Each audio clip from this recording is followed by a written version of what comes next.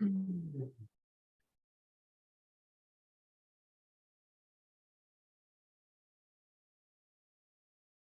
So I know we have a project. Where do you want to hear this? So I'll actually be talking about this today. Yeah, thank you.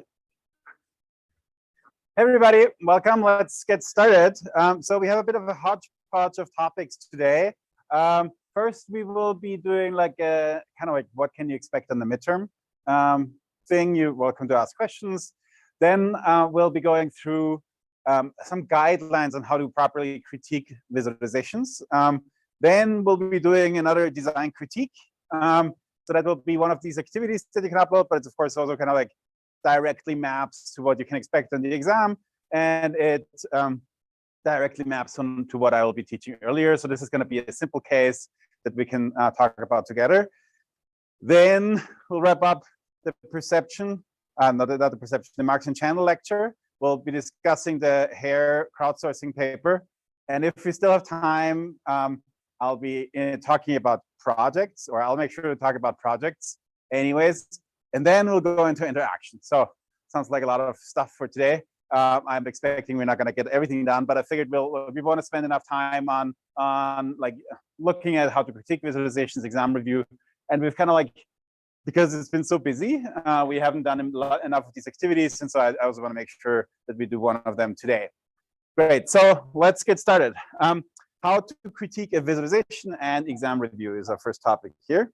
So on the exam, you can kind of like expect 4 types of questions. The first one are theory questions. So for example, what's bad about a rainbow color scale? Or which channels are good for quantitative data? Or which channels are good for qualitative data, right? So these kinds of questions, like what is the difference between interval and ratio data? Like what is the difference between categorical and ordinal data, or nominal and ordinal data, right? Like which kind of operations are defined on which kinds of data types? What is pop-out? What is Gestalt principles? What can you use pop-out for in visualization? What are like some aspects that you have to, like conceptual aspects that you have to be careful about, and so on. So these are the theory questions. You just should review the slides for them and listen to the lectures if you really feel inclined. And that should kind of like give you an idea. I'm not going to ask stupid memorization stuff, right? So it's going to be mostly about ideas. Of course, where's the border? It's a little tricky to say, but it's not going to be like list the names of these 6 things, right, or something like that. Then there will be a design critique, which is kind of like what we'll be doing next, right? What you did in homework 1, what we did in class before. I'll give you a little bit more of a tighter framework to structure, like to use a structured approach to analyze a visualization. And there will most likely be a redesign, right? And for these redesigns, you should kind of like mostly think about what are the marks and channels that you're using, and the design lecture that Max taught, right? Are you kind of like violating any of these design principles? Or is the original chart violating any of these design principles? Then you should design a chart that doesn't violate these design principles. And the other thing that's important about that question is, of course, that you articulate your thoughts and that you actually sketch something. And then there will be some conceptual questions about HTML, D3, and JavaScript. So how does data binding work? How do you access data? Where is the bound data stored in the DOM? What is the DOM? What is the difference between DOM and HTML, right? These kinds of questions. And then there will be like a find the bug question, where we'll give you code that produces some wrong result. And you will have to find the problem to fix that, right? So this isn't going to be something super tricky, but something that has some fundamentals to it. And then for grads, there will be a question about the reading. There's a reading on the crowdsourcing, which we hope to discuss today. But even if not, you just should read the paper. And then there's a reading on interaction that we'll cover either today or for next week. Okay, any questions about this so far? Yeah. Yes. On paper in the classroom. Closed book. Yes. Yeah, mostly essay, not multiple choice. There might be one multiple choice component or some yes/no questions, but it's going to be mostly written essay style. Make sure you work on your handwriting.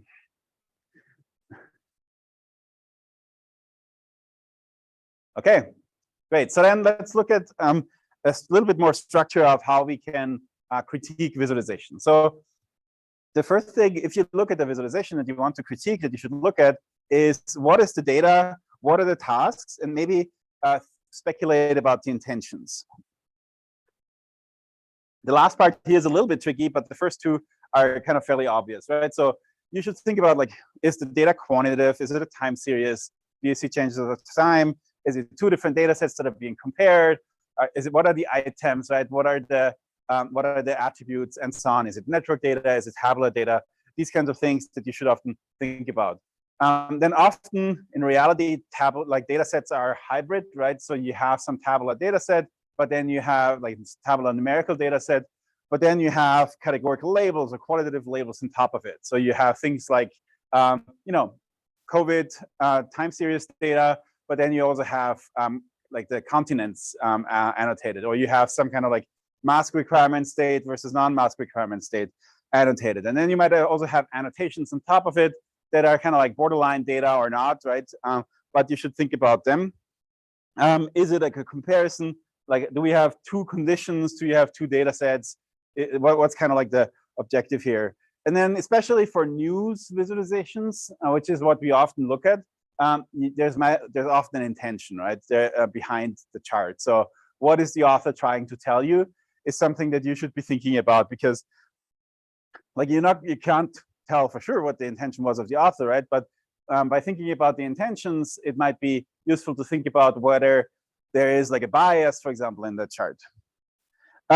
So here, for example, if we look at this visualization that you've seen in the design lecture, how you feel about science before and after, this is kind of like a tabular data set. And the task here is the comparison, right? So we have two conditions, and we want to make this comparison. The other thing that they did here is they did the spinning, right? So that would be kind of like a very simple example. So the next thing you should do is identify the marks and the channels, right? This is kind of like the visualization alphabet lecture. So think about the marks. They encode the existence of an item, like a point, a line, or a shape. The channel, they encodes the magnitude of the dimension associated with an item, or the type of an item if it's categorical, right? So the channel would be the position, the size, the saturation, the color, the texture, the orientation, or anything like that, right? So these are important to think about and get right. And then you should also identify where are they in our ranking. Kind of like in your mental model, you should think about, okay, if they don't use position at all, why don't they use position, right? Is there a particular reason for that?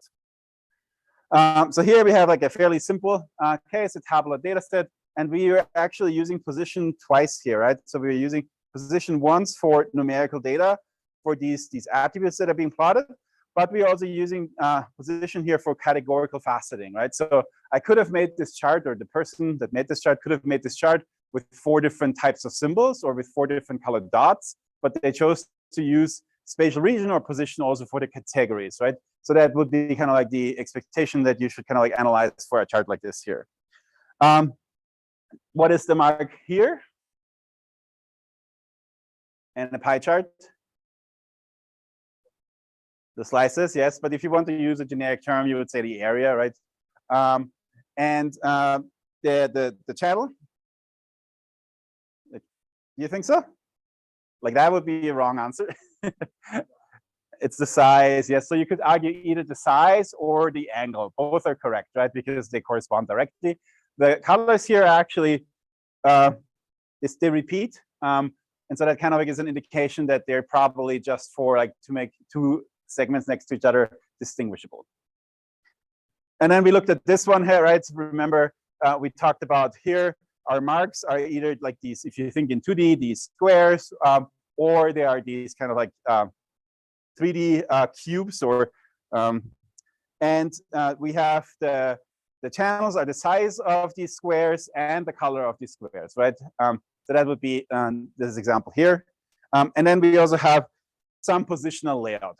So those things are not placed at random, but they are grouped by categorically by position, right? So by region. The third question you should ask yourself is, the effectiveness principle follows. So kind of like one of the guidelines that you heard about in the design lecture is the best visual channel available used for the most important aspect of the data. So for example, is position really used for what you really want to communicate? And if not, think about why that is not the case, right? And then you might also ask the question, are all visual channels that are being used appropriate? Does this all make sense? And this here is like just an example of the Stevens psychophysical power law that I talked about last time that kind of gives you the reason behind why some of these things are not so great. The thing is, of course, like this isn't an absolute thing. So just remember here, this was also shown in the design lecture. Here you had kind of like an encoding. The first one here was incorrectly encoding by radius instead of size, right? So that is clearly a problem here. You can't encode something by radius, or if you encode by area on a rectangle, you can't use the length of one side to encode it, but you have to use the area to encode it. So that would be one design problem here. But even if that is fixed, this isn't really the best design, right? So we could instead use this simple line chart here. So here, this uses position effectively instead of size.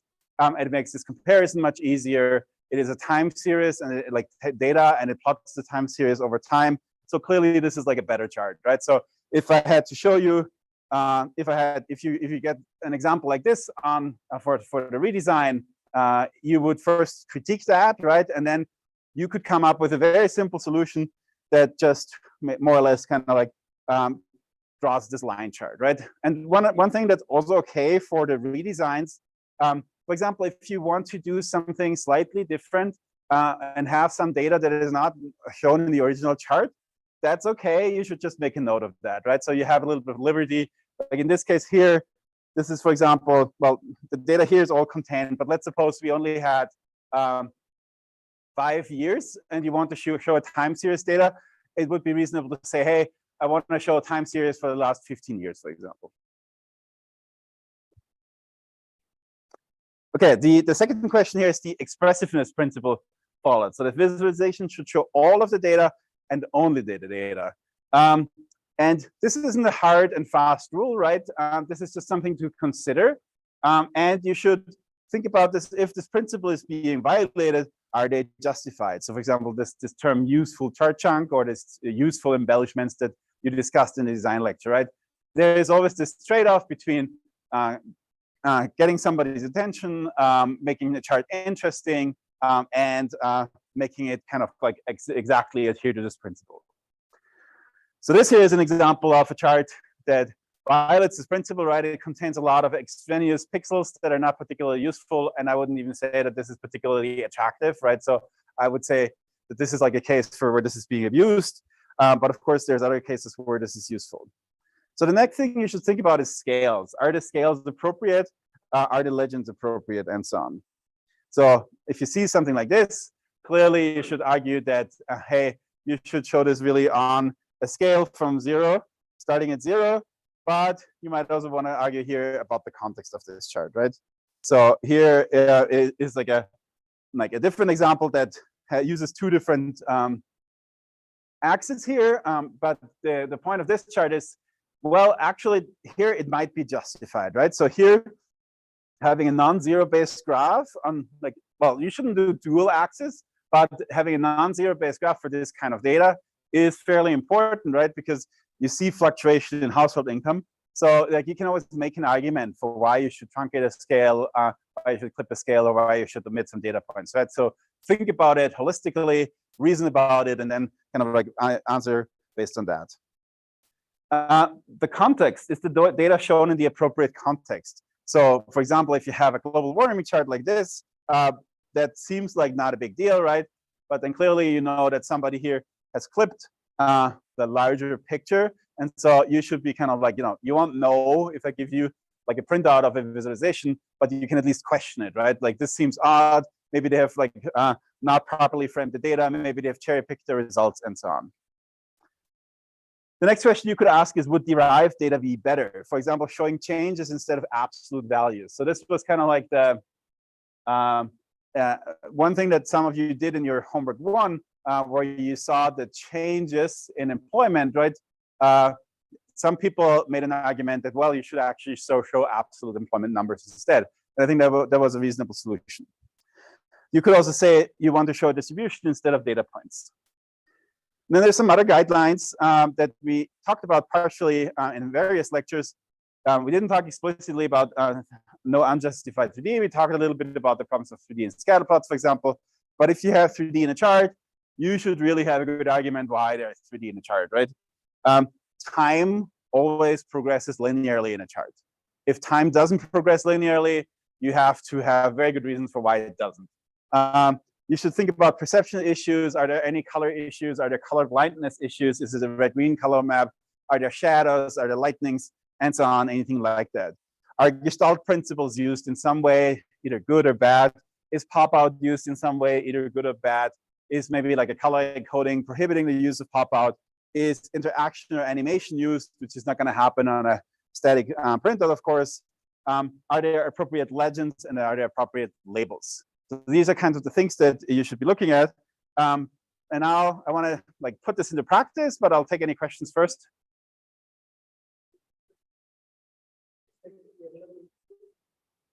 Yes, it is being streamed as we speak. And I will also make the slides available. And you get a handout with all of these questions right now.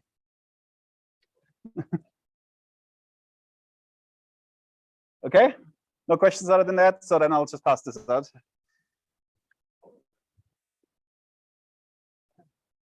Can you pass these back?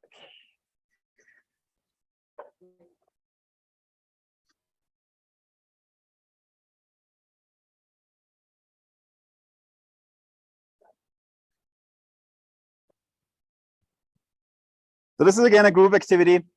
You can talk to other people, and we'll do this until 2:25.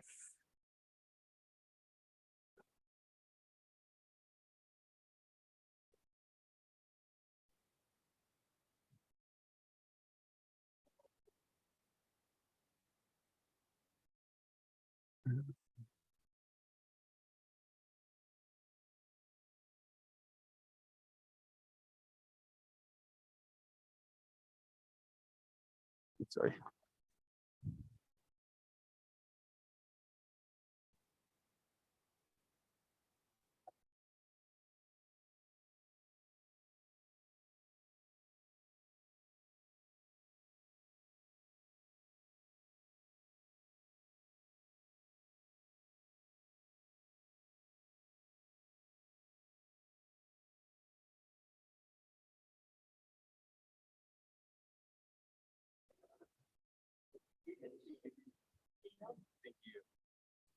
Absolutely. Any leftovers? Thank you.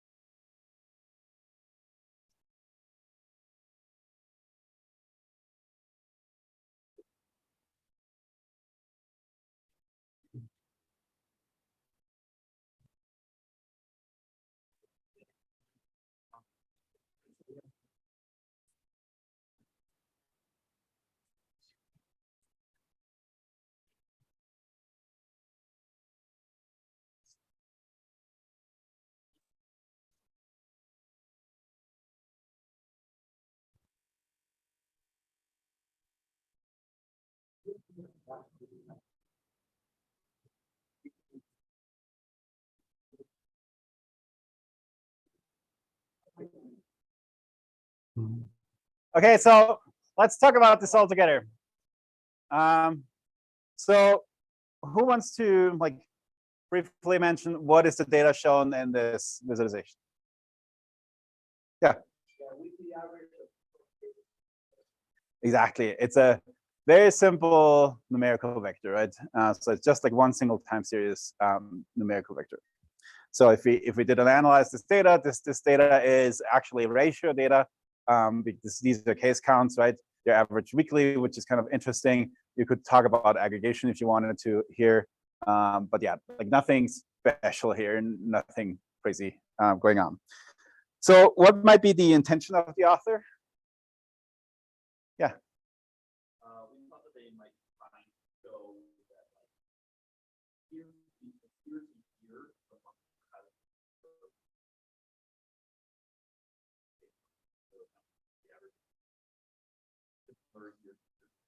Yeah, I think that's like a very good observation, and you probably make this observation mostly based on the choice of the spiral, right?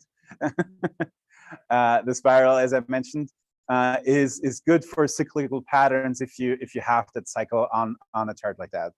The other thing that you can always use to infer intention is, of course, a title of a chart, right? And so, anybody else have an idea about the intention?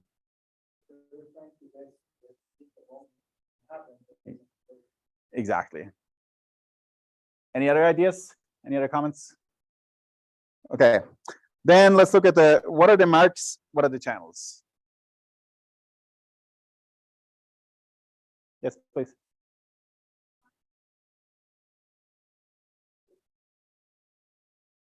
So the channel is correct. The mark, that's a little tricky with line charts and area charts, right? Because that's where our simple what is a mark breaks down, because they vary, kind of like the mark itself varies. And so I would make the argument here probably that the whole thing is just one mark for this one time series. And that it kind of like we encode by varying that mark's shape, we kind of like encode the data. So, but I think that your argument is also good, right? So if you explain what you mean, that would be like a reasonable answer on the exam. So that's fairly simple. So is this all? Yeah.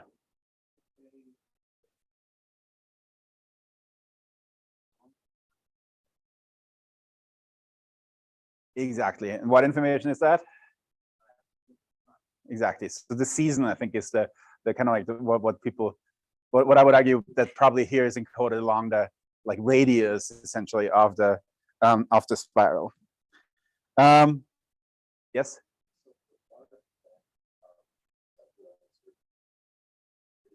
It would be, yeah, area. I would like line would be. You could make an argument that you see two lines here, right? That are the edge, and you could make an argument that you see the area here. Sure. Like whether yes.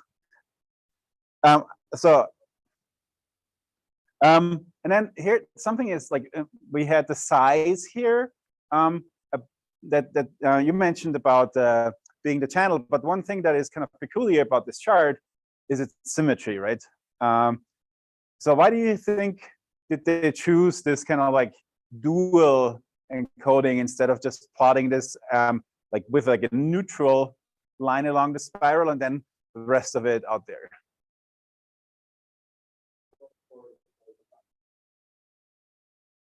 Exactly. I would guess the same, but what would anybody have an idea of the effect?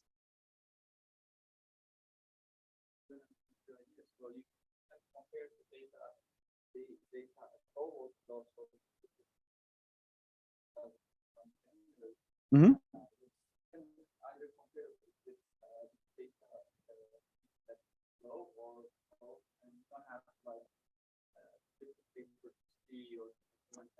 Yeah. Yeah, that's a good point. I worry a little bit about that we kind of lose the steepness of the gradients for the peaks if we do it like this, right? So I would probably say this is an okay encoding, but I would kind of like, if you want to illustrate how drastic a peak is, this might not be the best encoding, right? So if you double this up on one side of the chart, you might see these valleys and throws and the peaks a little bit better than you do here. So here you kind of like have to, like, in the end, what you have to do here is you have to really make more of like a size judgment than a position judgment, right? Like if you had encoded this along the spiral, you would kind of be able to judge the position from the peak to the center of the spiral, right? Or to the center of the spine of the spiral, not to the center of the spiral. Any other comments about Marxian channels?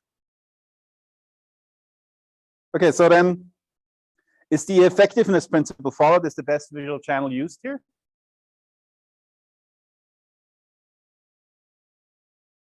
Yeah.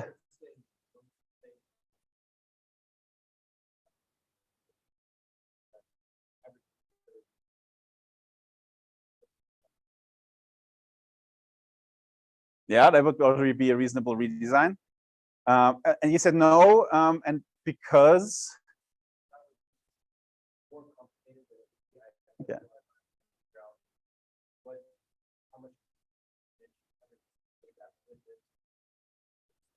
Yeah.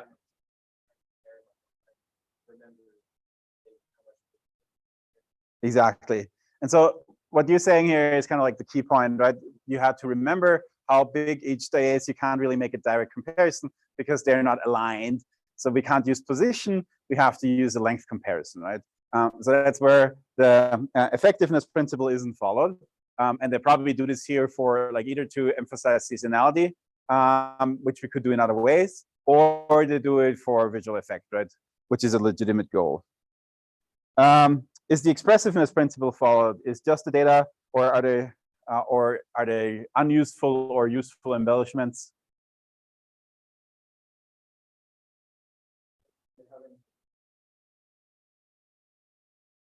Yeah, that's.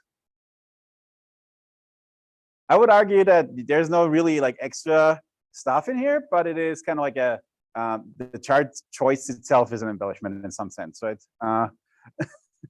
So you could have done something simpler here, and the chart choice itself here is an embellishment. What do you think about the scales or legends? Are they appropriate?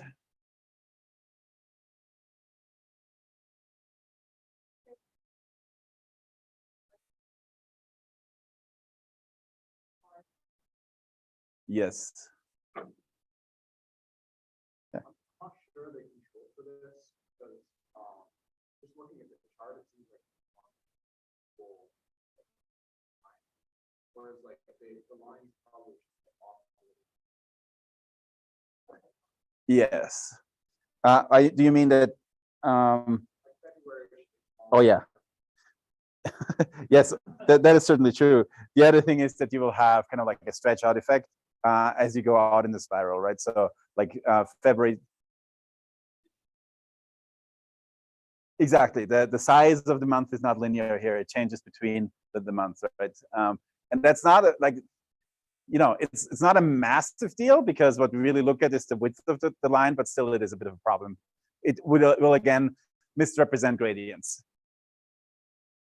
Yeah.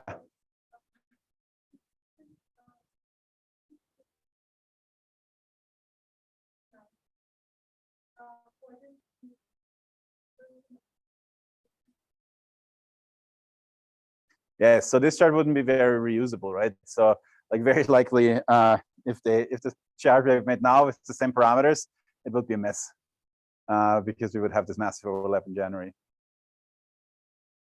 But let's come back to the legend. I actually also don't think that this is a particularly good legend, right? I don't even know what the maximum value is from this chart now, right? I can roughly guess it's 300K. So it's not a terrible legend, but it's not a very good legend, right? Is the context appropriate?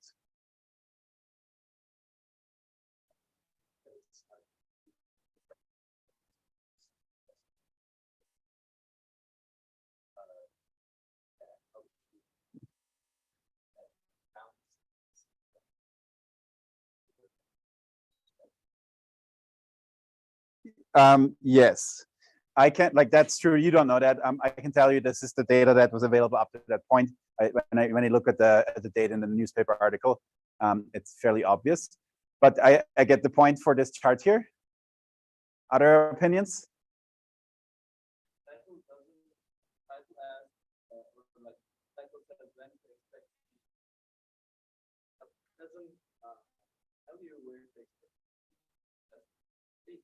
Yeah. Yeah. That's true. You had a comment there? Okay. Any other comments?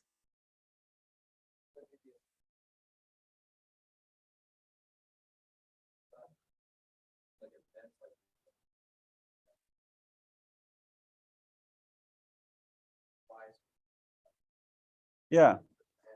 That context might be useful, right? It might also be useful to show the variance in some sense, right? Like, did we see, like, this is about Omicron, this article, right? And this is about an Omicron peak. Might be interesting to see when did Omicron start, when was Delta, when was the other variants, right? I think that might be useful context here. Another piece of context that might be interesting is, of course, other countries. How's the rest of the world doing? Overall, I think this chart is okay for what it's trying to do, but it could kind of always use a little bit more context. So then the next question here is an example of a layout specific, like something like the visualization type, right? So is the spiral layout appropriate? I think we've talked about this. I think in the interest of time, we probably don't have to repeat this, but that's just like a hint that when you see a visualization, there's often something specific to a chart type that you can also critique. What about color? We haven't actually mentioned color.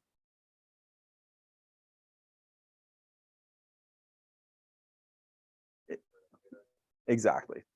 So this is color here. This would work just as well in black and white, right?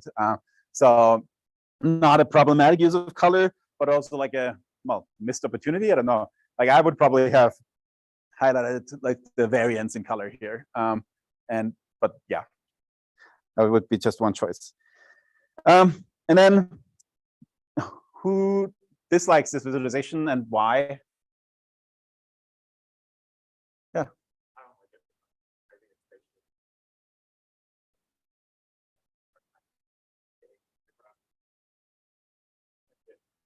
Okay, cool. Thanks.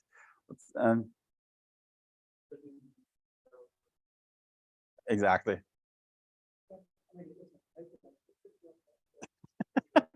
It makes you feel unpleasant, right? And this might be the chart's point. Yeah.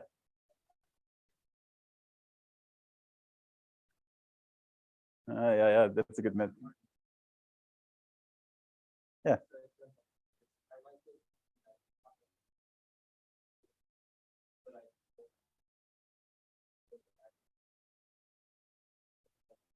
Yeah. I would give it a except it's like that. I'm like so like starts from like 2022 and then you go down 10 because you start reading from top left history and the thing you start with go back. Yeah, I guess they did this because of clock analogy, but yeah. Okay, so well, this was part of like, yeah.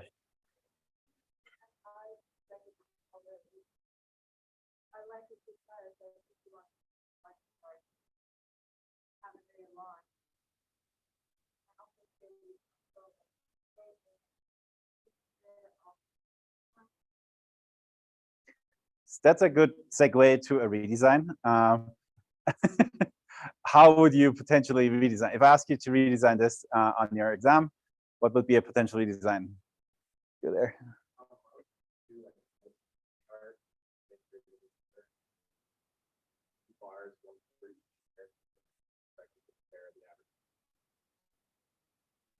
So you would do like an interleaf bar chart?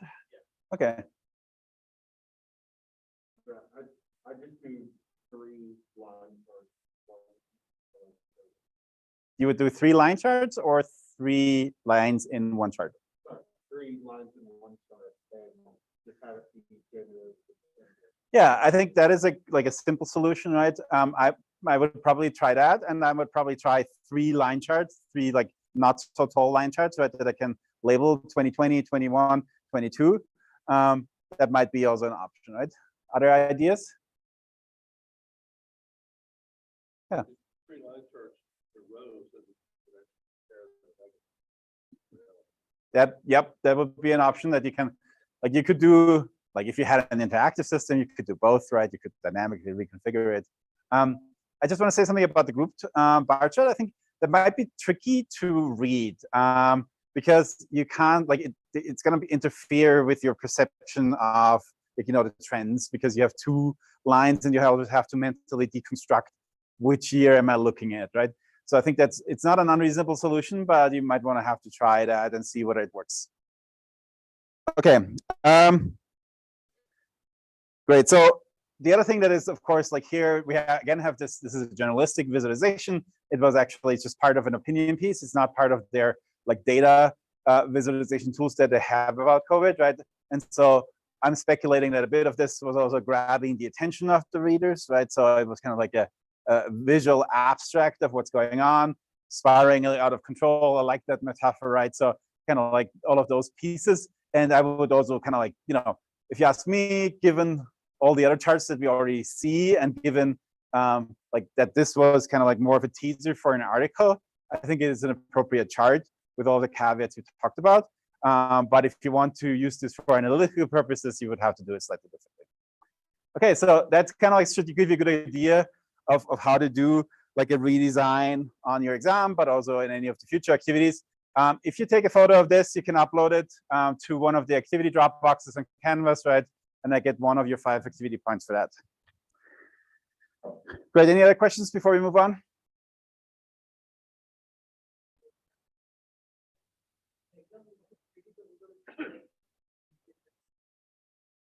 Yes. And for your redesign, don't worry too much about precise drawings, right? But focus on like getting the concept across, right? So it wouldn't matter that you didn't completely read the data values correctly and plot it in your redesign. Okay. So great. So last time I talked a little bit about marks and channels, right? And we talked about this in some detail now. This is just to remember that this is the kind of like our table here. And then we talked about Stevens' psychophysical power law, which we also saw today already. And this is where we stopped. And so here I want to continue. And I would like you to shout out the answers to the questions that I'm asking here. Like, how much longer is B than A? Twice. Everybody correct. Got it correct, right? So easy to see. What about now? 4 times. 3. We have kind of almost a 4 consensus, but some 3s. It is 4 times. How much steeper is A than B?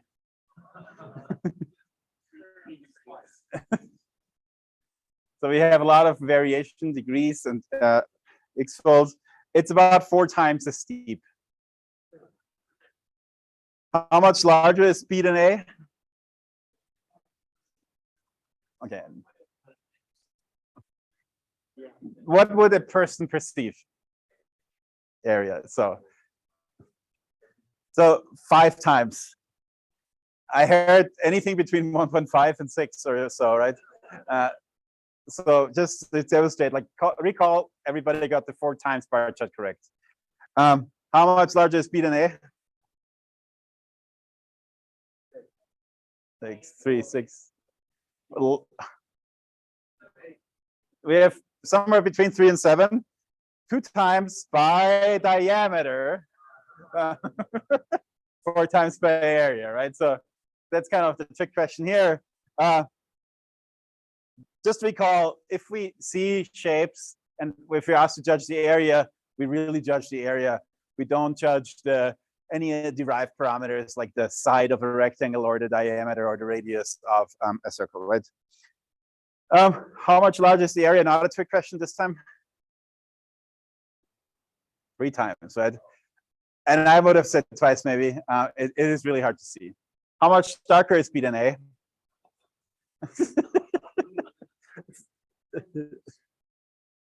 It's twice as dark. How much darker is B than A? 4.2 right here. Like it's 3 times as dark, right? So this is all to illustrate that this is really hard for us, especially like these absolute judgments, if it's not position, right? Like even the areas and the colors and so on are tricky for us to do. And it's actually, we kind of like, our perceptual system isn't really very good, right? This here's like a game that asks me to do things like make a parallelogram. And this one I did pretty good. Here, just find the midpoint in the line segment. It's not very good, right?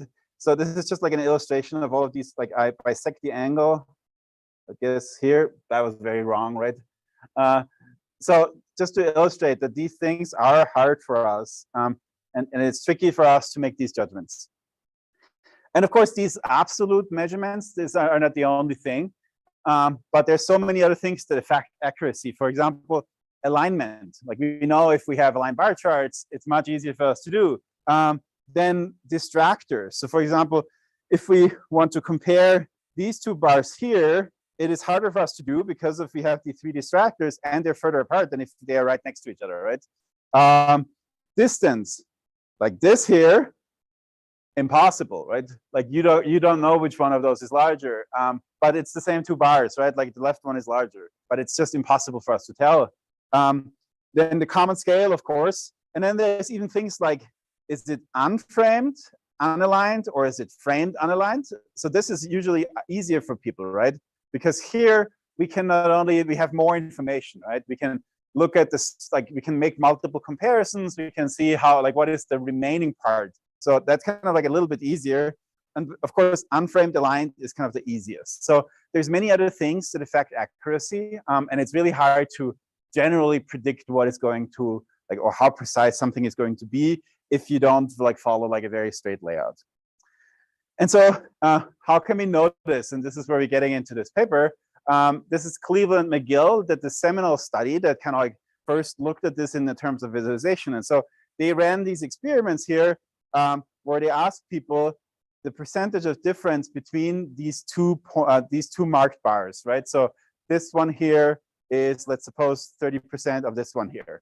This was kind of like the task that they gave people, and they ran a laboratory study. And they did this for these kind of like aligned bar charts here, for these bar charts where the two segments that were asked for were here like aligned at the bottom, but then the bar charts where they were like not aligned at the bottom, so where you couldn't use position, right?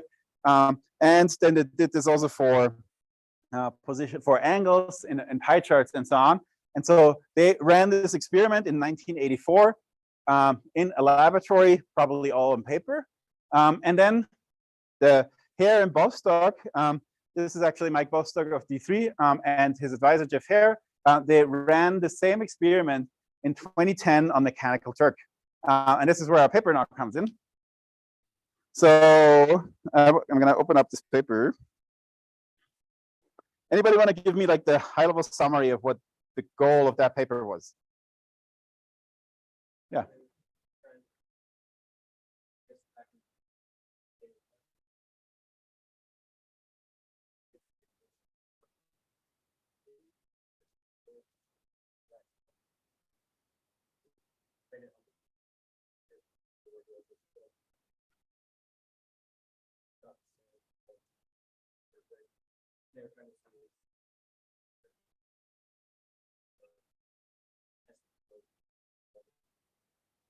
Great, that's a good summary. Very, very good. So anybody not know what Mechanical Turk is here? Okay, a few people. Mechanical Turk is a crowdsourcing platform, right? So you can upload tasks and pay people to run these tasks. So you, for example, say, click on all the cats in this image, and that gives you 15 cents if you do it, right? And so that's basically the idea. And people have used this excessively for machine learning labeling, right? This is where most of Mechanical Turk is actually getting its money from, like human interface tasks for like basically labeling data for things that machines can't do well. But then around this time, or like 2 or 3 years earlier, researchers have started to use Mechanical Turk instead of like lab experiments, right? Because, well, what are the benefits of doing Mechanical Turk over a lab experiment? What did the paper say about that?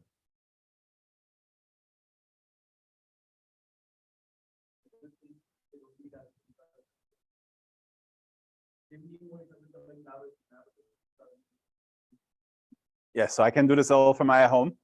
I don't have to bring people in. I don't have to have an office. Yeah. Yeah, exactly. So cheap is definitely one argument that's like a little bit tricky, right? Ethically speaking, because one thing that you should always consider that people that if you as like a grad student run an experiment and you invite subjects, those people are not usually participating in the experiment for their livelihood, right? They might be fellow grad students, or they saw an opportunity, they get like $15 of beer money, but they're not trying to feed children with your lab experiment, right? But mechanical Turk employees, if you can call it them, or let's call it more crowd workers or gig economy workers, they kind of often depend on that, right? They supplement their income, and there's plenty of studies now that these people, like there's a lot of people that do this more or less as their primary source of income, like people drive Uber, Lyft, right? And so you have to apply a slightly different frame of reference. And so I would caution about the cheap part, right? I've run a study before on a crowdsourcing platform, not a Mechanical Turk, that cost me $5,000. So it probably would have been more expensive to do it in the lab, but not because of the pay I gave to people, but because of our effort, right? Because here you parallelize. And so I think the time effort and your time saving is probably where you can save money. But compared to that, like you shouldn't probably be skimpy with paying your participants. So I digress, but yeah, that's like an issue that I've been thinking about quite a bit. So what are the problems with crowdsourcing platforms compared to like in the lab? What does the paper say about that? Can you elaborate?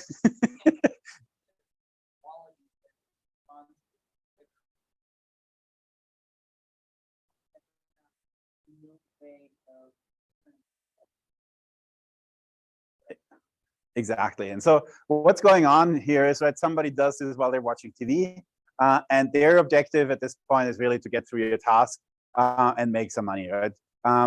If you have another grad student sitting in your lab, they're most likely, while you're watching them, they will pay attention to the task, right? They will be focused and they will do their best. So it's kind of like easier to understand and to motivate people in a lab study. It might be a little bit more tricky to like motivate people in this crowdsourcing experiment.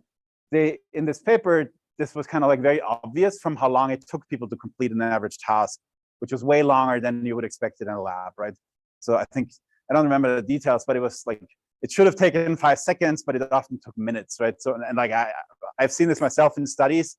People just browse away. They read Twitter, newspaper, Facebook, TikTok, whatever, while they're doing this. And so, for example, timing data is really tricky to do with crowdsourcing platforms. Other downsides, like the second study they did was particularly tricky for what reasons? Don't know how they're like viewing the data, like what kind of screen they have. They're like on a laptop, like an iPad. Exactly. So you have this kind of like no control over the experimental setup, right? People are going to use this on their computer. It might be like an old CRT monitor. It might be like a Retina display on like a brand new MacBook. You don't know. What's the, like, that's kind of like, you know, we have less like calibrated setups. What's the advantage of that though?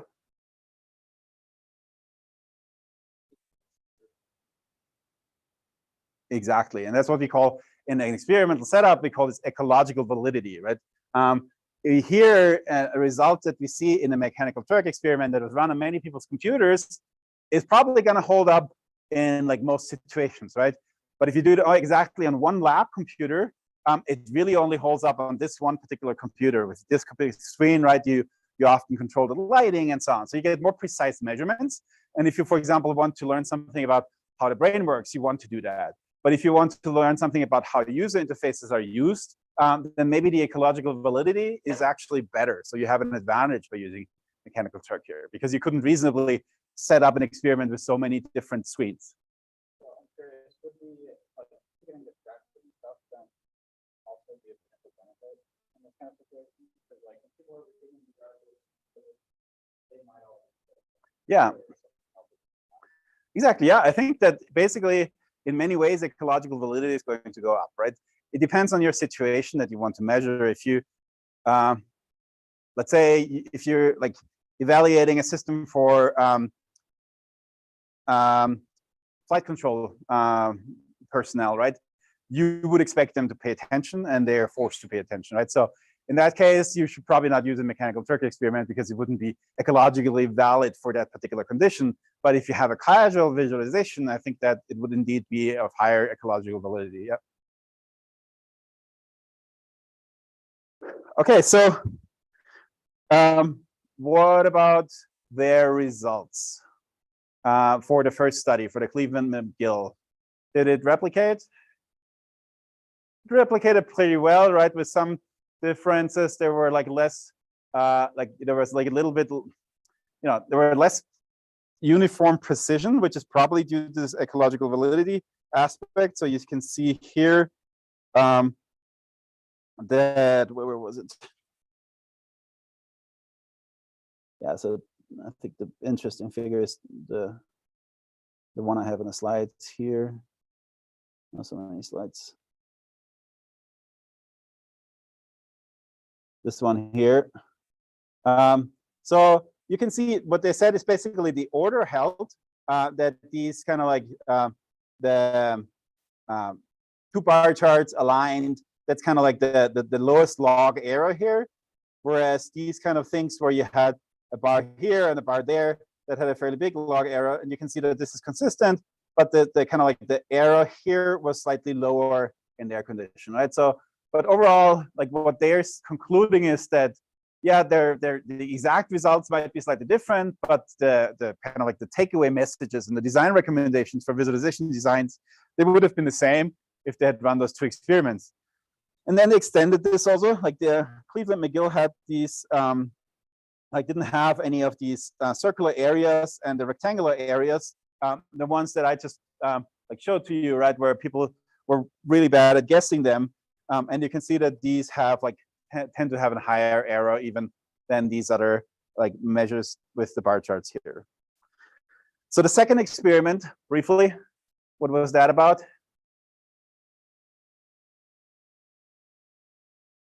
Okay, let's keep it short. It was about essentially they evaluated these grid lines on top of scatter plots, right? And what would be like a good minimum, good maximum grid line. And that's kind of tricky because you would assume that this would be more dependent on the display, but they actually showed that you could even do that.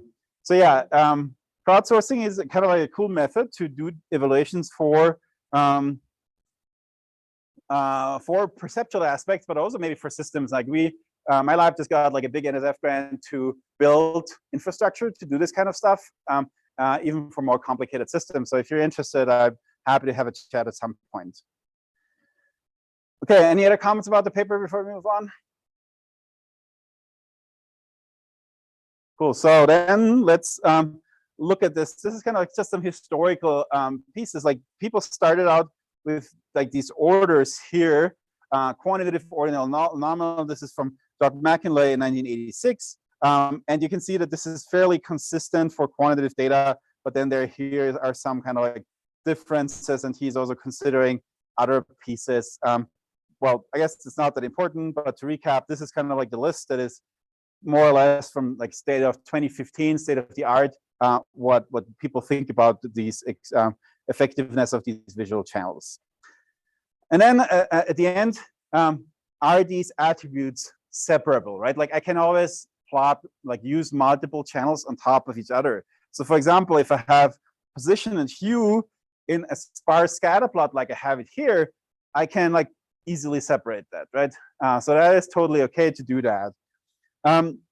If I add size in addition to position and then hue, then I get some interference, right? So like I might not perceive so easily, for example, the difference of colors. If these dots get really smaller, it might get hard to understand which category they are. So it's clearly problematic.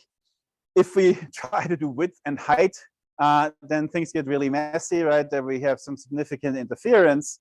And then if we do kind of like something that seems useful from like if you think about the data structure, if I show a color value, it's RGB, right? So couldn't I encode a value in each of those channels? The answer is, of course, no, you can't just do that, right?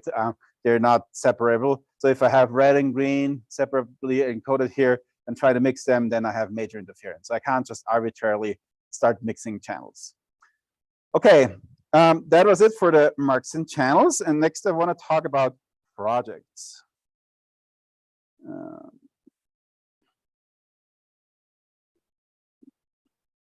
Great. So over the next few weeks, you should be thinking about your project.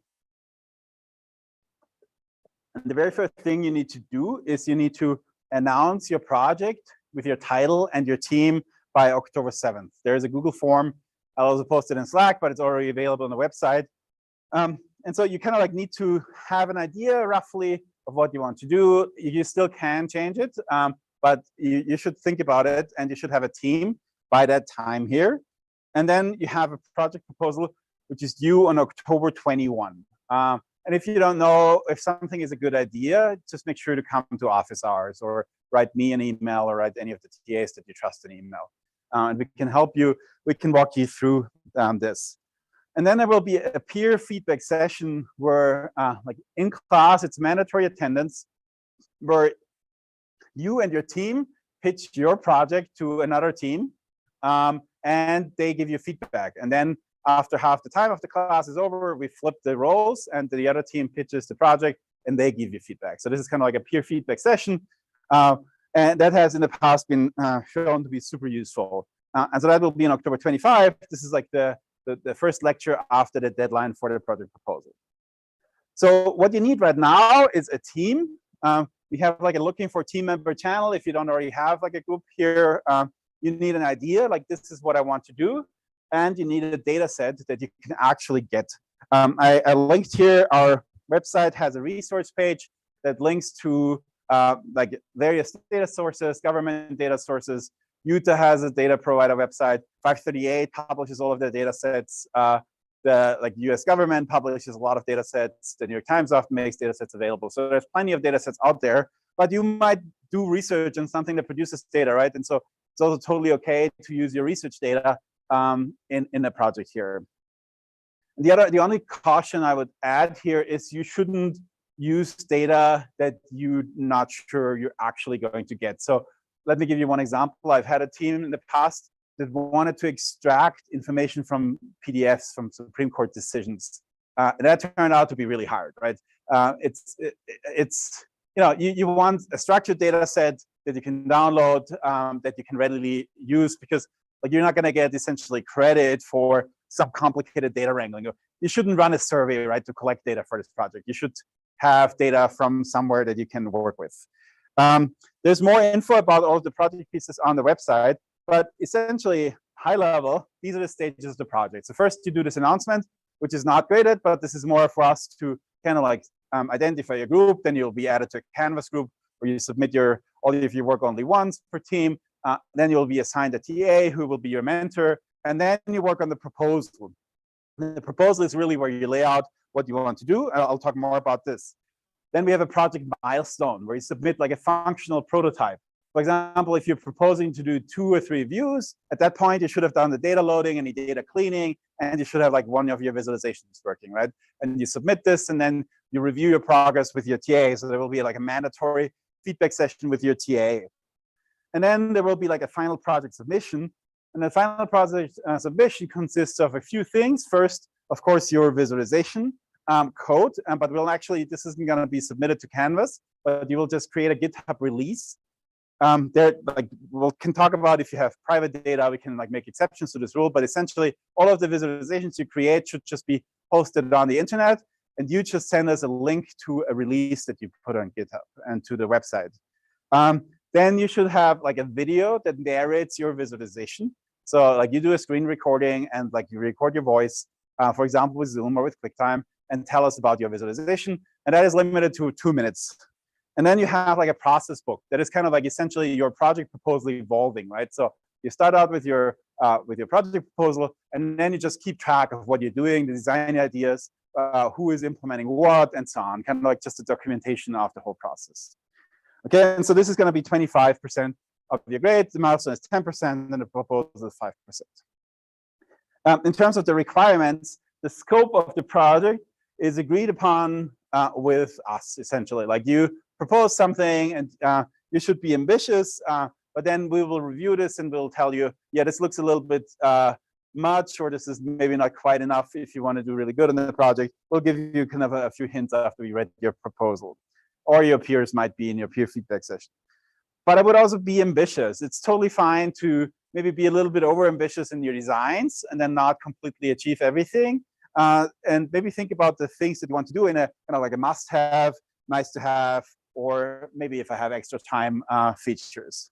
Check out the Hall of Fame that we have on the website. So like from like the last 5 or 6 instances of this course, there's lots of examples on there. And these are the best projects. You can still visit the websites, or in many cases, in some cases, you can only watch the video. But yeah, this kind of gives you a sense of what we roughly expect. The minimum here is an original idea of like a data set and visualization combo. So you can't just take like an Our World in Data COVID data set for the US and plot it as a line chart, right? That's not a project. You have to do something like unique to it. You don't have to invent something new, but you have to show us some spin on something, right? A data set visualization combo, or like a multiple visualization combo. It has to be interactive. It can't be a static plot, right? So you have to think a little bit about interaction.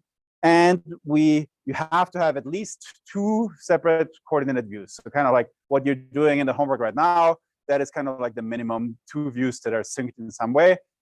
If you have some very sophisticated single view system, we might make an exception. But generally, if you're using fairly standard plotting types, you should at least have 2 of them, okay? Some do's and don'ts. Do create a custom visualization. Don't just copy somebody else's bar chart code. Do a newspaper style visualization, right? Tell us a story. Think of yourself as a data journalist and tell us something. Generally, don't build a generic exploration tool, right? So don't say, hey, I want to build a tool for everybody to explore COVID data, right? You should narrate something, right? You want to show us a hypothesis. You want to tell us, like, here's something going on in the project. This just makes it much more engaging. We can make an exception to this point if you have some like science project that you're working on yourself, right? So for example, if you collect your own whatever experimental data and you want to build an exploratory tool for that, we can talk about this. But if you just do something like downloading a data set from the internet, you should do a journalistic data visualization. And then focus on communicating your project well on the website and on the video, because this is what we're going to see first. Like, we're not going to look too much at the code, right? Focus on the design, focus on the communication, focus on the video, focus on the website. Okay. Any questions about the project? Yes. 2 to 3.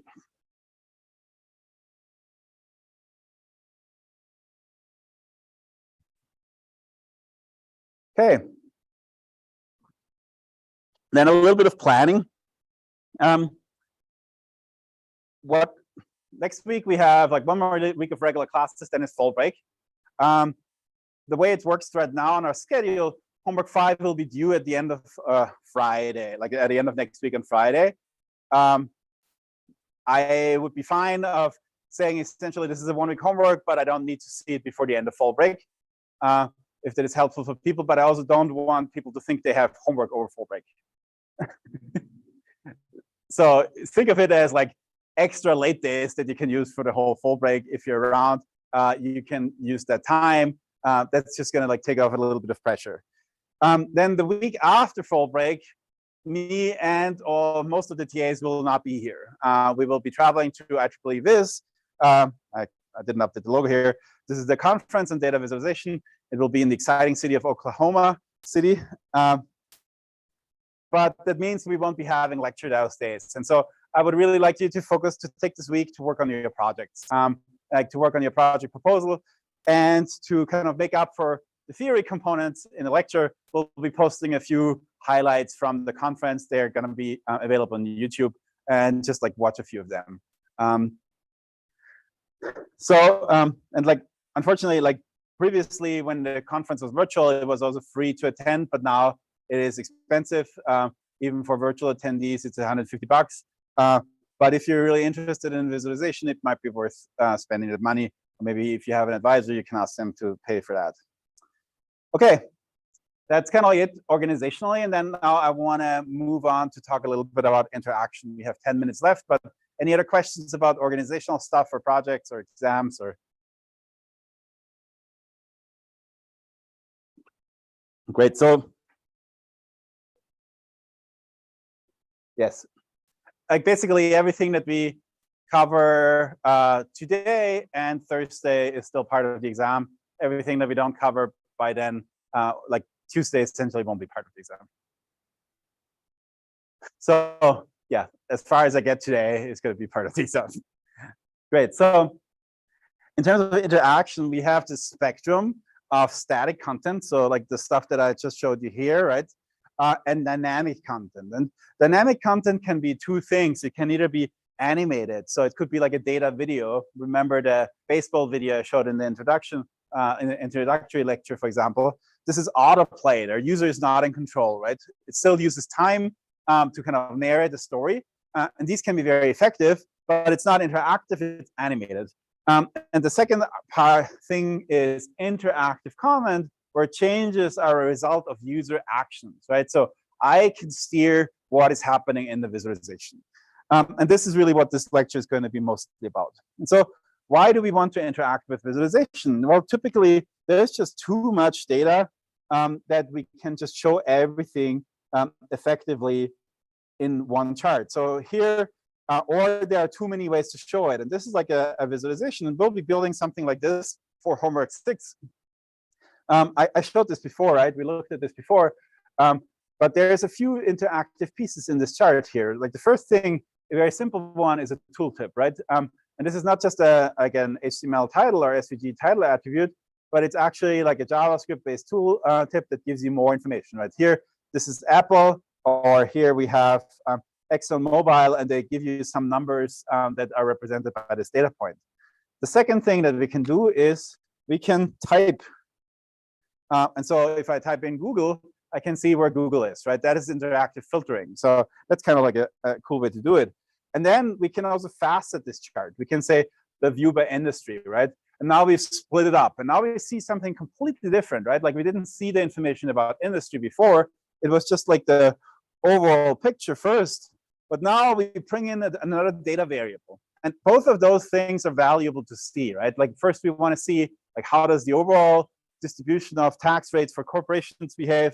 But now we can see, looks like utilities tend to not pay a lot of tax, which is probably sensible, but also IT companies tend to not pay a lot of tax, whereas insurances here tend to pay a lot of tax, right? And there's also kind of a lot of disparity between them, right? So this is kind of like interaction can reveal these additional aspects dynamically.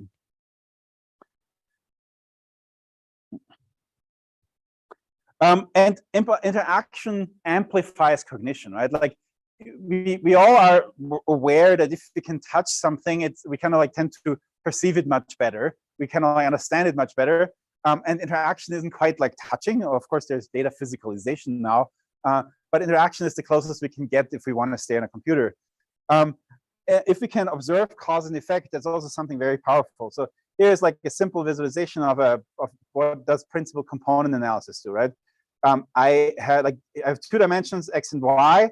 And then I have like, what is the output of PCA? Principal component analysis shows by the variation along the first principal component. And if you understand what PCA does, this kind of makes sense. But if you don't, like this, just changing this here, like and being able to interact with it, right, makes it a lot more intuitive of what is actually going on behind the scenes with this algorithm, right? So basically, what we get, like just by playing with this, you can kind of like probably understand what PCA does, right? You kind of see that this is kind of like the direction of the most variance through your data, because I can manipulate it, I can experience it. And so that's where interaction is great for.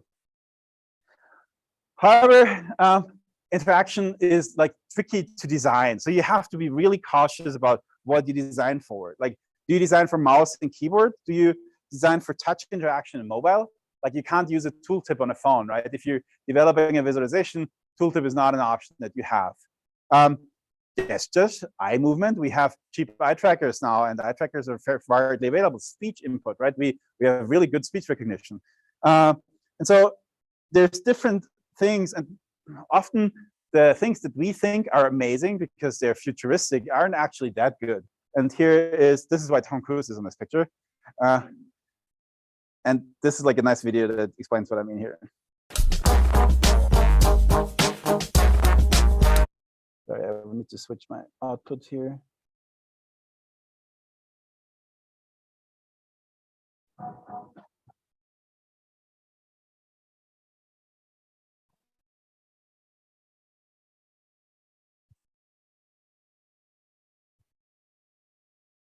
Hi, I'm Alex Kaufman. I'm an interaction researcher, which means that I explore and prototype future uses of technology, the way of understanding the future. And I really hate Tom Cruise. I specifically hate Minority Report Tom Cruise with his perfect haircut and his power stance, chopping his ear to scroll through scenes of crimes that haven't happened yet. Because it is conditioned us to expect the future of gesture interfaces is going to look dramatic. You know, all the gesture tech we're building, the leaps, the connect, the myos, they all demand these highly visible gestures that are distracting us from a more pedestrian, less cinematic future that is definitely more usable than this. I mean, every time I see this scene, I can tell why don't you touch it? He's replaced direct manipulation, which our hands are really good at, with this kind of elaborate sign language. We're really bad at it. It's as if I said, like, it's the difference between solving a Rubik's Cube and explaining to somebody how to solve it by phone. And the thing is, our hands are very coordinated. I mean, you can be walking down the street and pick up a penny without breaking your stride. But unless you're a mime or a dancer, you're gonna have a really hard time thinking in spot and space twice in a row. Anybody who's ever used a Wiimote knows it's really hard to solve. But I think there's a feeling among people that somehow getting rid of a controller makes an interaction feel more natural. And people become so obsessed with this idea of rid of the mouse, replacing it with gestures, that they've actually forgotten how we use our. Because most of the time we're not gestures. In fact, 90% of gestures occur when we're. And studies have shown that all of those gestures, almost to the last one, are for the benefit of the speaker. They help the speaker keep track of what he's saying. They convey no use. Yeah. Now, I'm not saying that you can't use gestures and interfaces. What I'm saying is that you've got to be what their unique characteristics. They're fast. They're silent. They can be performed with any variety of distances. And most importantly, they have characteristics. So at least in theory, we can use gestures to meta-unifying input across series of devices. What I mean by this is, for instance, if I point at my stereo, it turns on, and I point at it, and it turns off. And I point at my TV, and it turns off. And I point at my TV, and it turns off. I've actually established common language that both of these devices understand. And I can use this language as a way to connect them, in a very intuitive way. So, for instance, my TV and my stereo, if the TV is on, it pipes the sound to the stereo. Or if the stereo is on, it actually pipes the music video of the song that was playing or the album. This all sort of. So yeah, this is the point I wanted to make is that interactions, like these fancy interactions, they tend to not be all that useful. And so here's another like very short video that I want to show. Like back in the 2 years ago or so, the Pixel 4 came with these fancy interfaces here that you could actually use to swipe and to move forward, right? And who's ever used gesture interactions on their phone? Anybody here in this room? No, it's an expensive feature, right? But it's useless. And so we'll talk about useful interaction next time. Thanks, everyone.